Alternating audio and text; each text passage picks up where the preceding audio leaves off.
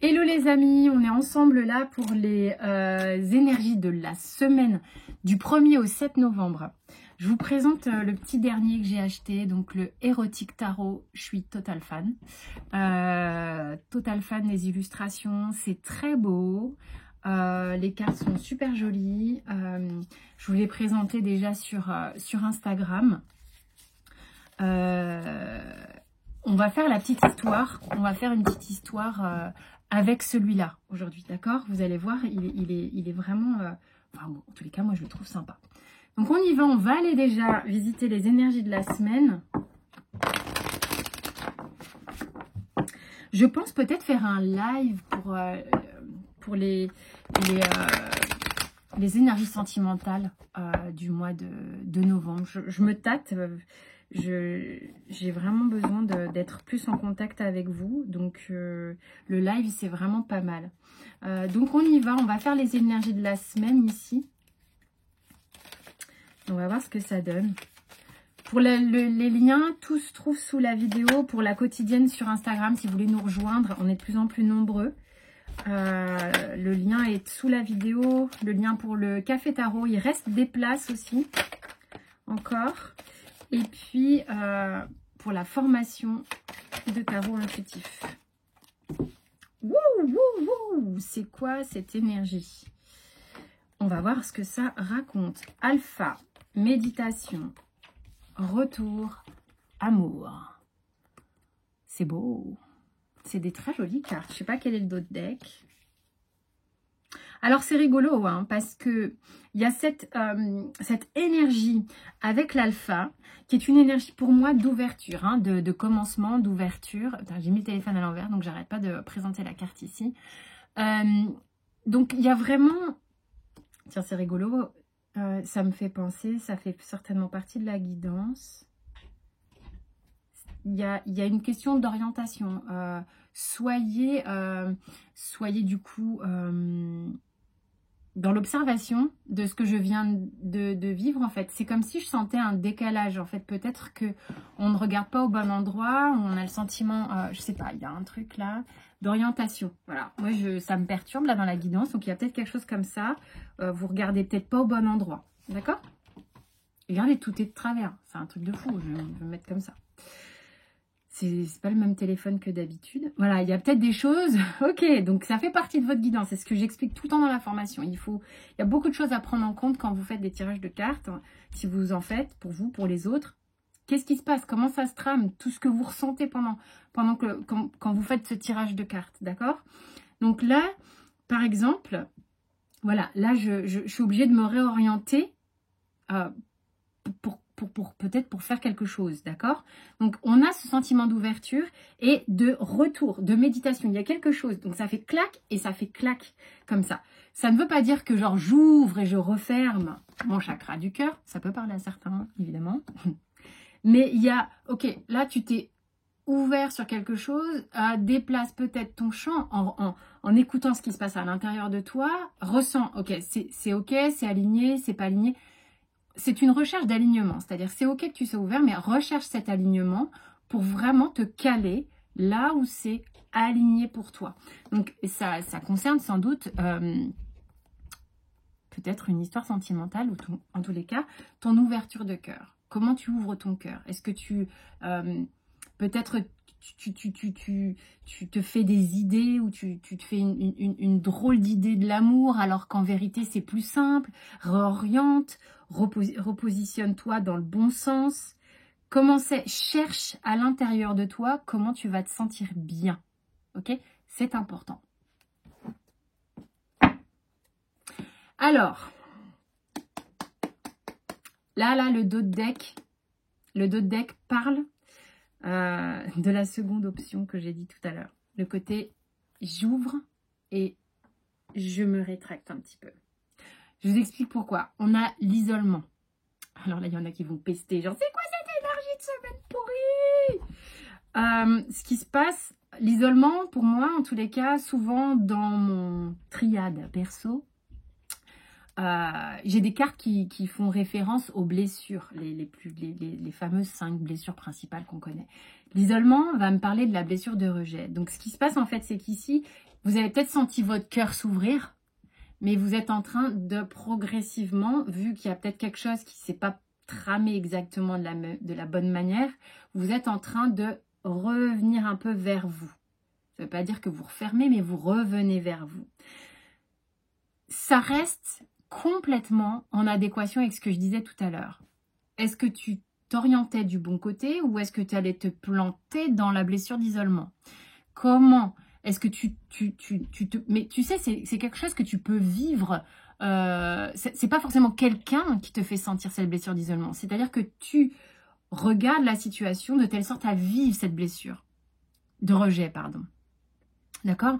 Donc, c'est exactement ce truc de « Oh merde, je sens que c'est pas aligné, il y a un truc qui va pas. » Donc, ok, si je sens que je suis en train d'aller chercher cette blessure de rejet, d'aller chercher à la vivre inconsciemment, évidemment, sauf si on est un peu à vouloir se flageller.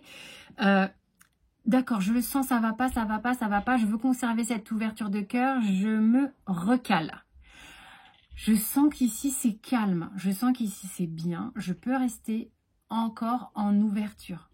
Mais c'est quelque chose que tu fais si tu veux, tu as eu l'impulsion d'ouverture, juste tu rétractes en sentant ce qui se passe à l'intérieur, en laissant ouvert, ok? Très très bavard la triade là, très très très bavard.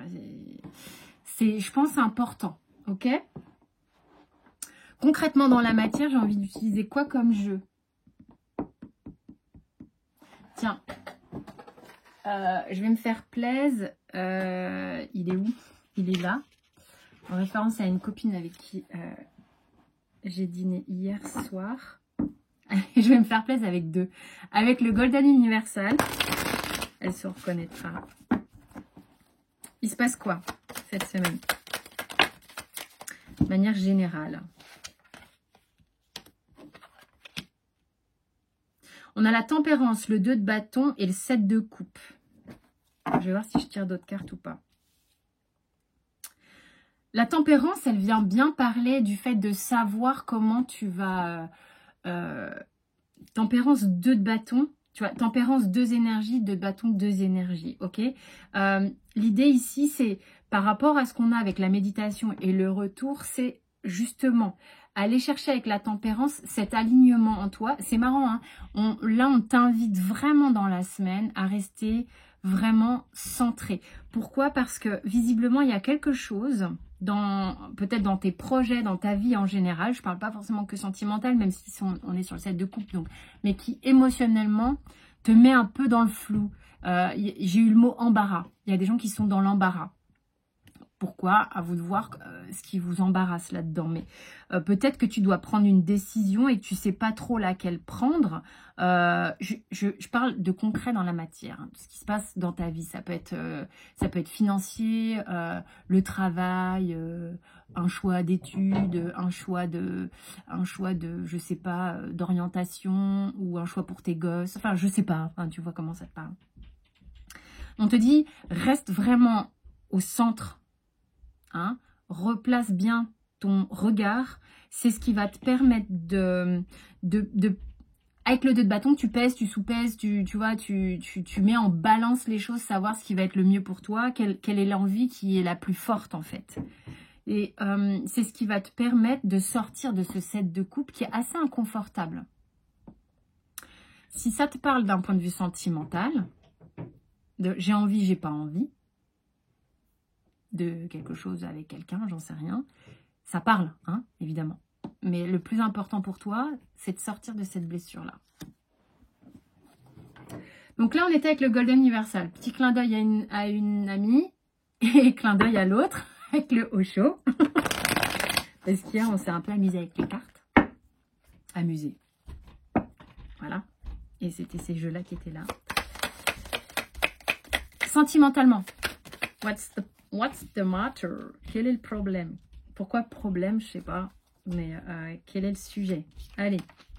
Culpabilité, comparaison, confiance, instant présent. Donc, juste pour info, hein, le Osho est un tarot. Ok? Et il est vraiment sympa. Donc, il a les arcanes majeures et mineures. Et puis après, vous pouvez l'utiliser en pur intuitif, comme j'aime bien, pour ceux qui aiment bien. Donc, il y a une sévère prise de tête, là, hein, visiblement, sentimentalement, pour certains, de se dire, merde, qu'est-ce que j'ai foutu? Où est-ce que j'ai merdé? J'en ai marre. Ça veut pas dire qu'on a merdé avec l'autre, hein. Ça veut dire qu'on a le sentiment qu'on merde. Excusez-moi pour les mots, mais bon, c'est comme ça, c'est comme ça. Sentiment que, tu sais, ce sentiment de culpabilité que je sens ici comme un jugement, comme un jugement que l'on peut se mettre sur soi-même, de se dire, mais c'est fou quand même, pourquoi ça, pourquoi je vis ça, parce que j'ai le côté comparaison ici aussi. Est-ce que on peut voir avec le 2 de bâton, hein, le côté j'étais comment avant, c'était comment avant, qu'est-ce que j'ai fait, pourquoi ça recommence peut-être encore maintenant, est-ce que je suis à la hauteur d'eux, est-ce que je vais y arriver un jour, est-ce que ça vaut le coup ou pas, est-ce que ça vaut le coup ou pas, hein? Émotionnellement, on a besoin de, tu vois, de refaire le point avec soi-même, de revenir. Et c'est pour ça qu'on a l'instant présent. Je veux dire, l'instant présent, c'est grâce à cette carte, j'ai envie de te dire, à l'instant présent, que tu vas pouvoir accéder au final à la tempérance. D'accord? Elles se font ping-pong. Si tu veux, la magie des tirages de cartes, hein, enfin, moi, c'est pour ça que je trouve ça vraiment 1000 fois passionnant, c'est que tu peux voir ici, j'ai pris 3 jeux différents. Et sur 3 jeux différents, tu as quand même la méditation, la tempérance et l'instant présent et le retour aussi, hein, qui te remet au centre. Oh, c'est ici, c'est maintenant que ça se passe. Donc en fait, cette semaine, ta semaine, tu es en train de te recaler. Il y a un recalage pour te sentir bien. Donc c'est quand même super sympa. Vraiment. On part d'un truc casse-bonbon qui prend le chou, où on se dit je fais quoi, je sais pas, c'est chiant, pourquoi j'en suis là, au côté, ok, c'est bon, je lâche l'affaire, je vais faire confiance à ce qui se passe là et on verra bien, en fait. Je vais m'en référer à, je suis là, l'instant d'après je suis 2 mètres plus loin, l'instant d'après je vais faire ma vaisselle. Enfin, tu vois le truc con, mais c'est ce qui va faire que ça va t'aider dans cette semaine à te sentir bien, mais vraiment, vraiment. Donc ça, c'est vraiment cool. C'est le but de la semaine. C'est le but de la semaine. Sortir d'un marasme émotionnel, d'une prise de tête émotionnelle par la magie de l'instant présent. Alors, première fois que je l'utilise. Je l'ai battu avant, hein. Il est gros, voilà, si je devais dire quelque chose, il est gros, comme le Light Sears, comme le Royaume Céleste. Alors, c'est une petite histoire, je demande une petite histoire. Il y a une autre carte. Ça m'a dit il y a une autre carte, voilà. Qu'est-ce que ça raconte, l'érotique tarot? Alors, les images, moi, je les trouve super belles, hein. Les cartes, elles sont chou. Alors, c'est de qui? Alors, déjà, c'est trop beau. Intimate Intuition. Donc, bon, moi qui aime bien les trucs d'intuition, top. L'illustration de Sophie Birkin. Texte by The Fickle Finger of Fate. Et le design de Georgia Chiarion. Voilà. C'est fait pour débloquer votre potentiel érotique. Et ben, moi, je trouve que la sexualité est quand même une part très importante de la vie et très créatrice, donc c'est important de s'y pencher. Je vais faire d'autres tirages sur Instagram, je vous ai demandé si vous aviez des idées, donc je vais en faire. Bon, ça rejoint aussi des idées que j'avais, donc c'est top. On va aller s'atteler à des choses comme ça, ça va être sympa. Quelle est la petite histoire? The Fool. Donc le fou, d'accord? Le 8 d'épée. Alors, c'est un tarot qui, dans les mineurs, on n'a pas des figures comme sur le Rider-Waite. Voilà. C'est comme dans le Marseille. Donc, le 2 d'épée, c'est des plumes. Je vais vous montrer. La tempérance, encore. Vous avez vu? La reine des plumes. Et le 4 de rose, qui sont les deniers. Je vous montre les cartes. le fou, le 2 de plume, la tempérance. Alors, je vous le présente avec le cœur, hein. Il n'y a pas de partenariat rémunéré ou quoi. Et si c'était le cas, je vous le dirais. La reine d'épée, la reine des plumes, quoi. Et le 4 de rose, qui est le 4 de denier. Quelle est l'histoire? Et c'est quoi ton petit dos de deck? Le valet de plumes. C'est beau, non? Enfin, bon, bah, moi je kiffe. Hein. Hop, hop, hop. Celui-là, je pense que je vais le prendre. De toute manière, ils seront tous à dispo pour le café tarot. Hein. Tous, tous, tous. Alors, qu'est-ce qui se passe? Alors, c'est rigolo parce que c'est comme si le fou, là, sur cette image, il était un peu genre...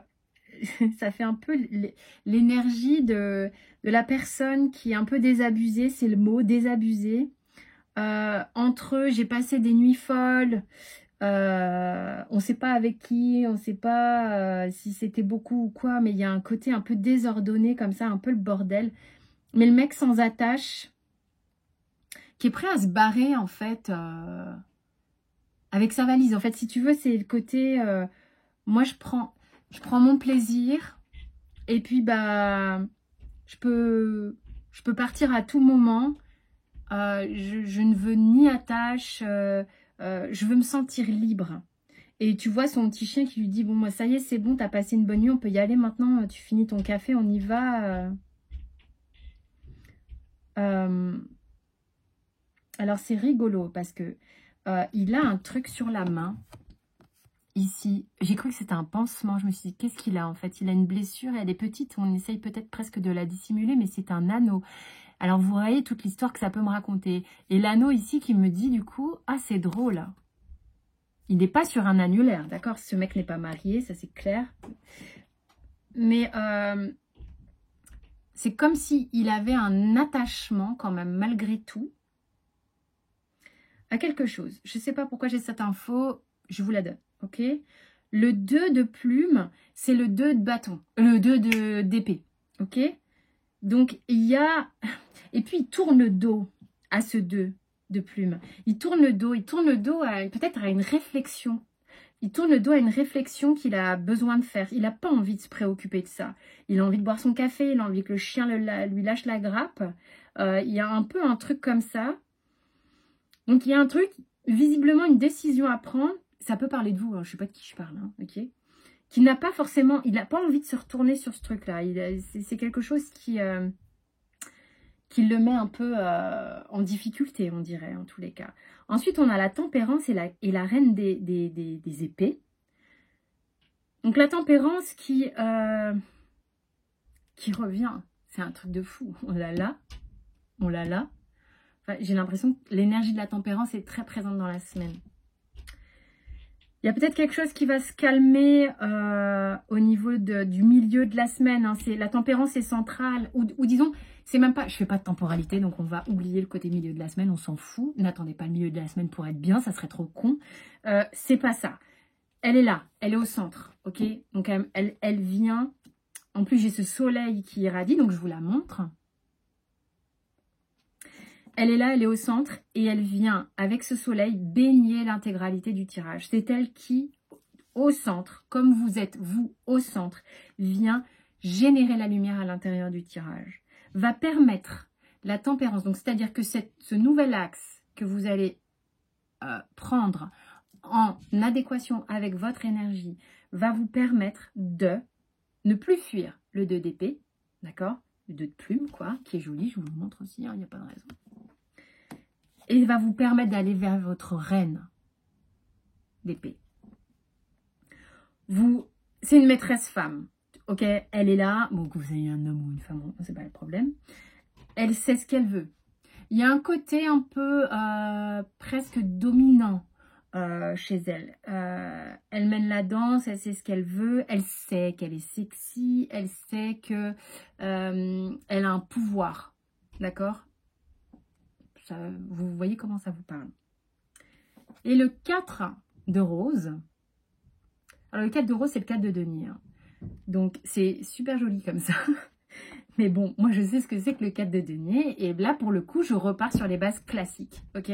Parce que, moi, de regarder les roses et les plumes, ça va pas m'emmener très très loin. En tous les cas, j'ai de l'intuition, mais pas à ce point-là, pas sur des trucs comme ça. Donc là, je repars sur ce que je sais du 4 de denier, qui est que vous allez gérer en mode carré, en mode comment dire, vous allez être en capacité de reprendre votre pouvoir, de quelque part redominer la situation. Mais pourquoi vous le faites? Ça, si c'est ce que vous dit le 4 de denier, c'est parce que c'est fou parce que c'est des deniers, mais c'est le mot plume qui vient. Il n'est plus question de perdre des plumes. Je ne sais pas si ça vous parle, d'accord? C'est ce que j'ai comme phrase. Ou de perdre des pétales de rose, si vous préférez. Si, vous voyez, voilà, ce qui me vient là, et c'est avec les roses, c'est le côté, je veux que mes roses restent des belles roses, restent épanouies. Alors, le 4 de denier, on pourrait le dire, ah, il est un peu rat, il est dans sa truc de sécurité et tout ça, mais il y a quelque chose qui fait que, je sais pas, j'ai eu ce sentiment quand même de bobo, d'attachement, il y a un truc un peu comme ça, mais la tempérance, le fait de vous réaxer va vous permettre de reprendre votre pouvoir pour ne plus perdre de plumes. C'est positif, il ne faut pas le voir comme quelque chose de négatif tout le temps, le 4 de denier, d'accord? Là, c'est positif. Et vous avez le valet de plume, qui est donc le valet d'épée, qui est que ça va permettre à ce valet d'aller expérimenter. Là, j'ai le sentiment que là, il va expérimenter quelque chose de nouveau avec une... Là, c'est érotique, hein, avec une initiatrice. Donc, il y a une notion de je vais prendre une initiation sexuelle, là, dans ce cas-là, vous le replacez dans votre contexte, parce que justement, j'ai repris mon pouvoir, donc je me sens libre de réexpérimenter quelque chose. Voilà, c'était la petite histoire. Donc, voilà les petits choux, c'était votre semaine. Pour certains, évidemment, ça ne peut pas parler à tout le monde. Sous la vidéo, vous avez toutes les infos. Donc, on se retrouve pour la quotidienne sur Insta. C'est super sympa. Moi, ça me fait bien marrer. Le café tarot, il reste des places. C'est bientôt. Donc, moi, je me réjouis. Et puis voilà. Puis, il y a tout sous la vidéo, comme d'hab. Et je vais rajouter, ah oui, important, il y a des gens qui me posent des questions. Après avoir du coup suivi toute la formation, donc c'est des choses qu'on va évoquer évidemment dans les cafés tarot et tout ça, mais je vais faire des vidéos bonus pour ceux qui ont déjà acheté la formation là, que je vais rajouter pour répondre à d'autres questions. Donc la formation elle est pas immobile, il y a des choses que je rajoute dedans de temps en temps. Je vous fais des bisous, je vous embrasse très fort. Vous avez les tirages du mois de novembre qui sont tous en ligne. J'envisage un live pour le sentimental. Ça sera sympa. Je vous fais plein de bisous. Bon week-end.